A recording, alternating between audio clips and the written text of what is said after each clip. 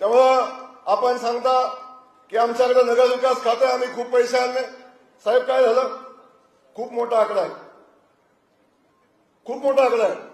एवढे पैसे आणलेले आहेत, एवढे पैसे आणलेले आहेत साहेब, पण या शहरात पैसे दिसेना, या शहरात कामही दिसेना. माझ्याकडे खोट खोट खोट बोलायचं नाही, कॉपी करायची नाही. शहाजी बापूच्या विरोधकाकडून सातत्यानं सांगण्यात येतं की ही जी कामं आहे ती फक्त या कागदावरती आहे. ती या सांगोलमध्ये तशी कामं झालेली नाही. ती आज रिएलिटी चेक म्हणून आपण महाराष्ट्र माझा या प्रत्येक कामावरती जाऊन शहाजी बापूंच्या जी पुस्तकावरती काम आहे ती त्या कामावरती जाऊन नक्की कामं झालेत का शहाजी बापू इथल्या सांगोलकराला फसवायचं काम करतात हे जाणून घेणार आहोत. आणि ही संपूर्ण झालेली कामं दाखवण्यासाठी माझ्यासोबत स्वतः गणेश बंडगर साहेब आहेत.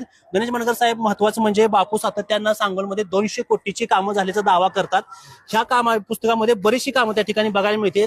झालीत का काम एवढी सांगोलमध्ये? ह्या पुस्तकात बोर्ड दाखवायचं हे काम झालंय का, तर मी तुम्हाला त्या ठिकाणी प्रत्यक्षात तिथे नेऊन दाखवणार. हे फक्त विरोधक आणि हे विरोधक फक्त टीका टिप्पणी शिवाय यांना काही येत नाही. आणि सगळ्या जनतेला, मतदारांना, सगळ्यांना माहितीये की काम झाले का नाही झाले. त्यामुळं हे सगळे तुम्ही मला काम रिव्हिल दाखवू शकता. तुम्ही आता फक्त काय करायचं, आता समजा हे ट्रामा सेंटर आहे, तर तुम्ही मला इथं बोट ठेवा, मी तुम्हाला तिथं जाणार आहे असं बिल्डिंगच्या समोर हे फोटो घ्यायचा, प्रत्यक्षात तशी ती बिल्डिंग आहे का चेक करायची. एक उदाहरणार्थ सांगितलं.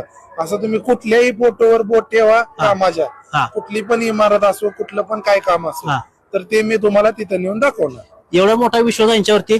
चला, जी सांगोलमध्ये महत्वाची मोठी कामं झाली ती चला शहाजीबापूच्या माध्यमातून खरं झाली ती का ते बघूया. त्या पुस्तकातले हे तुम्ही काम बघू शकता. हे ईदगाह मैदान, सांगोल्यामधलं ईदगाह मैदान आहे. नेमकी त्याची स्थापना कधी झाली, ते कसं काम पूर्ण झालं यांच्याकडून जाणून घेऊ आपण. साहेब काय सांगता या कामाबद्दल?